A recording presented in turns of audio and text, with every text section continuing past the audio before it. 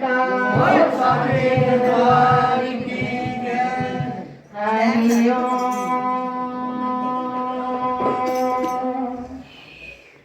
सर्वमंगल मांगल्ये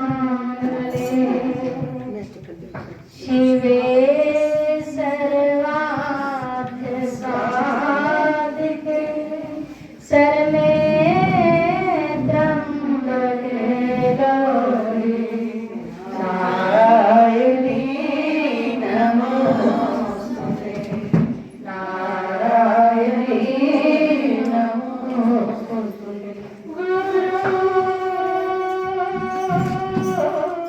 ब्रह्मा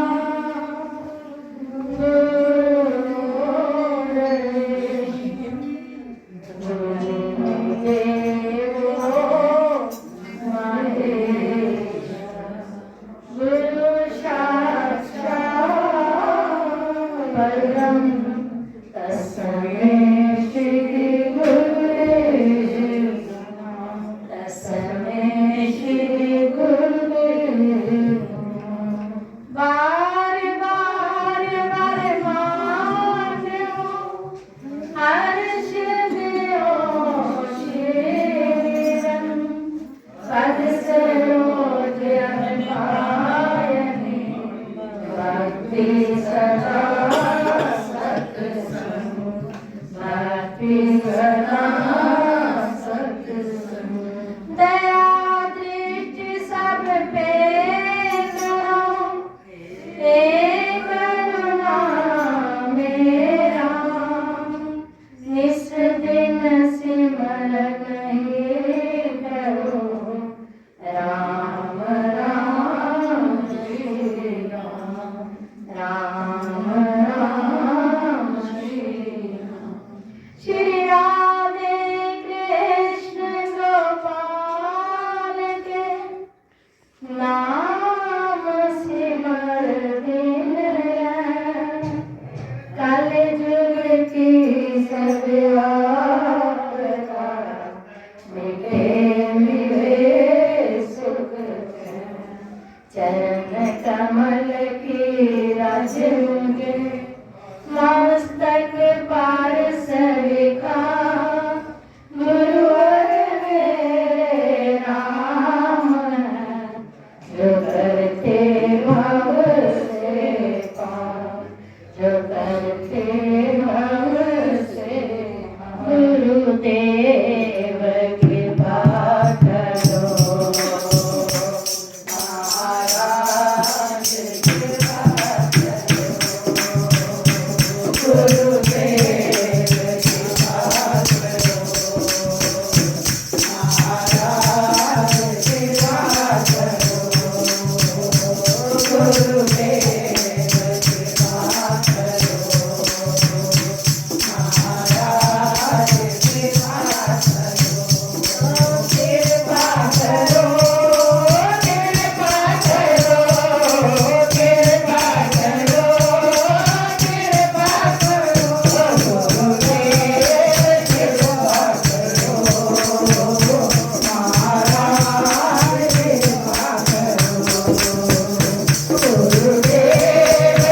कृपा करो कृपा करो कृपा करो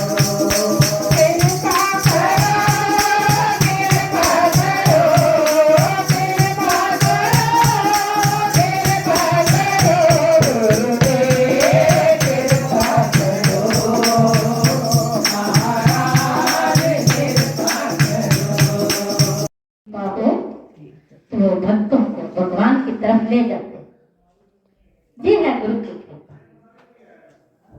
चिंतन से चिंतन की तरफ ले जाते हैं। हम चिंता में पड़े हैं जगत की चिंता में क्या होगा कैसे होगा कैसे, लेकिन वो इतनी कृपा करते हैं कि चिंता छूट जाती है और भगवान का चिंतन चलने लगता है। बोलो श्री सतगुरु महाराज की जय। गुरु कृपा से वासना से जीव उपासना की तरफ बढ़ जाता है। जी गुरु कृपा से जब वो कृपा करते हैं, ऐसी दृष्टि देते हैं, तो अंधेरे से वो उजाले की तरफ जाता है, जहां से उसे भगवान को मिलने का रास्ता मिलता है। ये है गुरु कृपा। लेकिन विश्वास तो बनाना पड़ेगा, विश्वास से, भाव से चले हैं गुरु शरण, वो हम पर जरूर कृपा करेंगे, ऐसा भाव होना चाहिए। तो वो राम नाम जीव के हृदय में, हृदय कटोरी में डाल दो। पहले तो वो पात्र देखते, फिर उसमें नाम का हीरा डाल दे। लेकिन भैया कमाई तो हमें करनी है ना, उन्हें हमें दे दिया नाम का हीरा, आप उसको बढ़ाना कैसे है? उस कमाई को जो जीव के हाथ में है, कैसे मंत्र जाप करना है, जाप करना है। तो राम मंत्र तारक मंत्र है, इतनी शक्ति है इसमें भैया, एक पत्थर दिल को पिघला देता है, एक दुश्मन को मित्र बना देता है, एक निर्धन को धनवान बना देता है। ये है राम नाम की शक्ति। तो राम नाम की शक्ति से जीव का पार उतारा होता है भैया। एक बहुत सुंदर कथा है, सच्ची घटना है कि जैसे ध्रुव एक दैत्य परिवार में पैदा हुआ, तो सारे कुल का उद्धार कर दिया। इसी तरह एक परिवार में एक बच्चा हुआ, ये राजपूत परिवार में था, और उस परिवार में ऐसी कोई दुश्मनी चल रही थी, वो 7 पीढ़ियों से चल रही थी। एक में आए, अरे इसने मेरे दादा का अपमान किया है, मुझे इसका करना है। दूसरी पीढ़ी में आए, मेरे चाचा का, ताया का, जैसे चलता रहा चलता रहा। अब एक वक्त बच्चा उस परिवार में पैदा हुआ। जब उसने घर का वातावरण देखा तो उसके मन में आया, उसको अच्छा नहीं लगा कि इतनी देर से उसे क्या शिक्षा मिलती थी, अरे बच्चे तुझे इनसे वैर लेना है, ये हमारे कई पुष्टों से वैरी चल रहे हैं। लेकिन वो भक्त था, भक्ति कई जन्मों से चलती है, तो फिर वो मन में उजागर होती है। फिर घर में कोई संत पैदा होता है जो 21 कुलों का उद्धार कर देता है। जब उस बच्चे के मन में आया कि ये अच्छी बात नहीं है कि हमारी इतनी पीढ़ियों से ये वैर ही लिए चलते आ रहे हैं, तो क्या किया जाए? संतों की शरण में पहुंच गया, जो उनके कुल गुरु थे। छोटा सा बच्चा था, जाकर रोगा, संतों के चरणों में प्रार्थना की, गुरुदेव मुझे अच्छा नहीं लगता, मुझे घर के जो बड़े बुजुर्ग हैं वो शिक्षा देते हैं क्या, एक वैर भावना की, दुश्मनी की, लेकिन मुझे अच्छा नहीं लगता, मैं क्या करूं? उन्होंने कहा राम नाम में इतनी शक्ति है कि वो दुश्मन को भी मित्र बना देते। तुझे राम नाम का जाप करना है और करवाना भी है। अब वो सोचने लगा कि करूंगा तो सही, लेकिन करवाऊंगा कैसे? जिन लोगों से हमारी इतनी दुश्मनी है, मैं उनसे राम नाम का जाप कैसे करवा सकता? संतों ने कहा बेटा तुझे अपमान भी सहना पड़ेगा, लेकिन तुझे उनके मुख से राम नाम का जाप करवाना है। अब उस बच्चे ने भी ठान ली कि मुझे इनसे मित्रता कर। जब वो रास्ते से गुजरता, जो दूसरी साइड के दुश्मन लोगों के परिवार के बुजुर्ग थे, उनसे कहता ताऊ जी राम राम, कहते चल चल। फिर दूसरा दिन हुआ, फिर वो सामने आ गया, ताऊ जी राम, अच्छा अच्छा। तीसरा दिन हुआ, फिर वो बच्चा सामने आया, ताऊ जी राम, अच्छा बेटे राम राम। जहां तक बात पहुंच गई, फिर दोबारा उसने ये नहीं कहा कि ताऊ जी मुझे झिड़क रहे हैं, मैं नहीं कहूंगा। फिर उसने चौथे दिन के चरण पकड़ ले, ताऊ जी राम, अच्छा बेटे राम, थोड़ा सा हाथ रख दिया सिर पर, अच्छा बेटे राम। बात बनती गई। ये राम नाम की शक्ति है। फिर मिला, भागकर उनके चरणों से लिपट के आ, ताऊ जी प्रेम से बोलो राम राम राम राम राम। सभी बोलिए जय श्री राम। जय श्री राम। तो भैया ये है राम नाम की शक्ति। अब उनको बच्चे से इतना प्रेम हो गया कि अब ताऊ जी गले में खड़े रहते हैं कि कब मेरे उस बच्चे से मेरा मिलन। पहले वो बच्चा उड़ीकता था, अब ताऊ जी उड़ीक रहे हैं कि कब वो भक्त सामने आए और हम एक दूसरे को राम राम कहें। राम राम कितनी बार शब्द निकला, और जहाँ राम नाम के शब्द का उच्चारण होता है, अरे वहां की तो धरती पवित्र हो जाती है। अब इतना गुरु कृपा हुई कि उन दोनों परिवारों का मिलन हो गया। अब ताऊ जी बच्चे को ढूंढते ढूंढते उनके दरवाजे तक पहुंच जाते। कुछ बच्चा बीमार हो गया, बाहर नहीं आया। अब ताऊ जी बाहर से देखते हैं, अरे बच्चा आया नहीं, कहाँ चला गया। मन में अहंकार है, देखो जब तक अहम नहीं खत्म होता तब तक जीव का उद्धार नहीं होता। ये एक छोटा सा शब्द है, लेकिन है बहुत खतरनाक। ये ही हमें अच्छे रास्ते पर ले जाता है और इसको मार दे तो ये हमें ठीक रास्ते पर ले जाता है। अब ताऊ जी के मन में थोड़ा सा अहम है, पूछते नहीं, लेकिन बच्चे के लिए मन में प्यार है। जानते हैं उनके दरवाजे से, बच्चा कहाँ गया। एक दिन बीता, दूसरा दिन बीता, तीसरे दिन रहा नहीं गया, फिर उनके दरवाजे से अंदर पहुंच गए। घर के लोग हैरान हैं, इतने दुश्मन थे हमारे, जो घर तक कैसे पहुंच गए। जब घर में कोई आ जाता है ना, तो चाहे कितना भी मन में क्रोध हो, लेकिन उसके लिए प्यार जगना चाहिए। अतिथि सेवा, जब आ गया कोई घर में, उसके मान दो, उसका सत्कार करो, उसको बैठाओ। अब घर की जो बहू थी बाहर निकली, आओ ताऊ जी बैठो।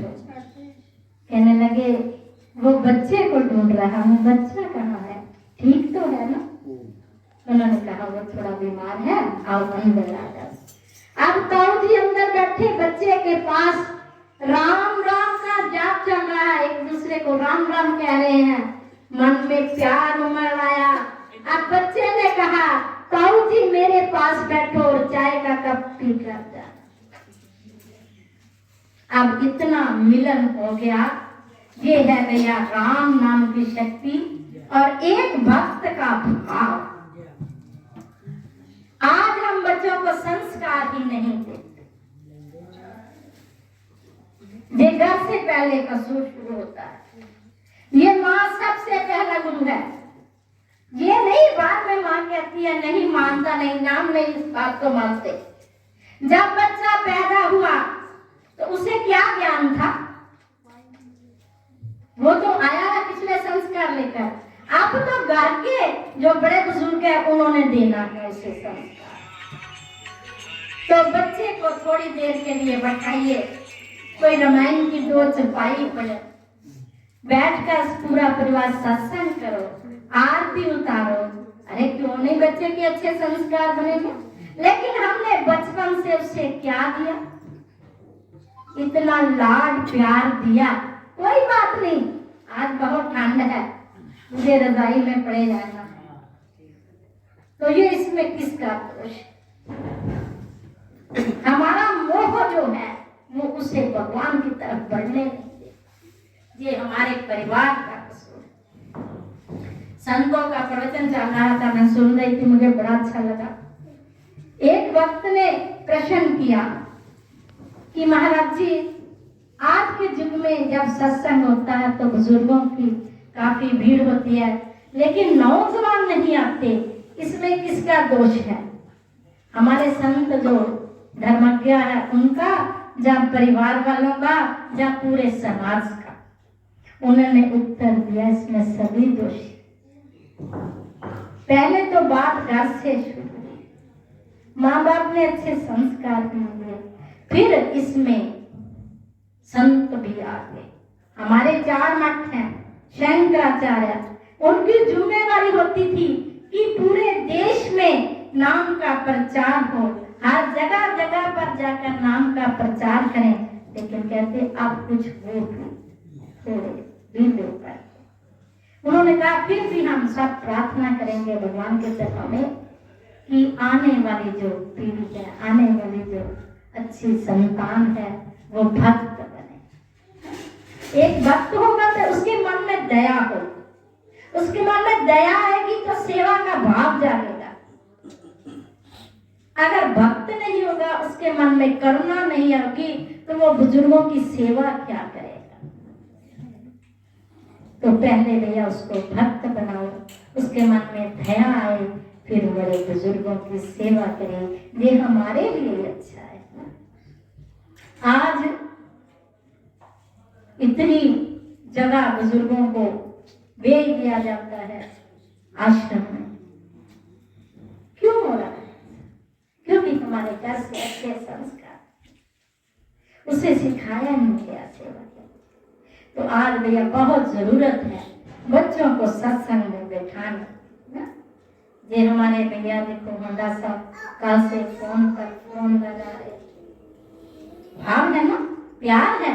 मेरे गुरुदेव का दरबार सजेगा, वहां सत्संग होगा, जिम्मेवारी थोड़ी थी। अगर गुरुदेव भी कह सकते थे कि सत्संग के घर में है करते रहते, लेकिन नहीं, मन में बात है, प्यार है। मेरे गुरुदेव का दरबार लगेगा, वहां सत्संग होगा। लेकिन एक बात है कि वो नहीं आकर बैठता आपका बेटा, उसको भी सिखाओ। तो इस घर में शायद बेटे की शादी, बेटे की शादी है, इसलिए मैंने सत्संग करवाया। तो हमारे गुरु महाराज जी के चरणों में प्रार्थना, हे गुरुदेव कृपा कीजिए, बच्चों का भाव बने, बड़ों की सेवा का, और जो बाहर से आ रही है घर की लक्ष्मी बनकर आए। ऐसी गुरुदेव कृपा करना कि एक फूलों का गुलदस्ता है, घर में प्रेम है तो घर एक स्वर्ग की तरह है, वहाँ सुख ही सुख है, परमात्मा साथ है। बात प्रेम भाव की है, बड़ों की सेवा की है। छोटों को प्रेम दो, बड़ों की सेवा करो। राम जी मेरे प्रभु मर्यादा पुरुषोत्तम इतने दयालु थे। बचपन में जब भाइयों का, दोनों भाई चारों खेलते थे, तो राम जी जानबूझकर हार जाते थे, अपने भाइयों को जिता देते थे खुशी के लिए। अपने आप को उन्होंने मर्यादा पुरुषोत्तम राम। तो हमें जीतना नहीं है, हमें प्यार बांटना। आज हम एक दूसरे से आगे निकलना चाहते हैं, लेकिन चाहे दूसरे का अपमान भी क्यों ना हो जाए, ऐसा नहीं। अपना जीवन ऐसा बनाइए कि दूसरे को मान दीजिए, प्यार दीजिए।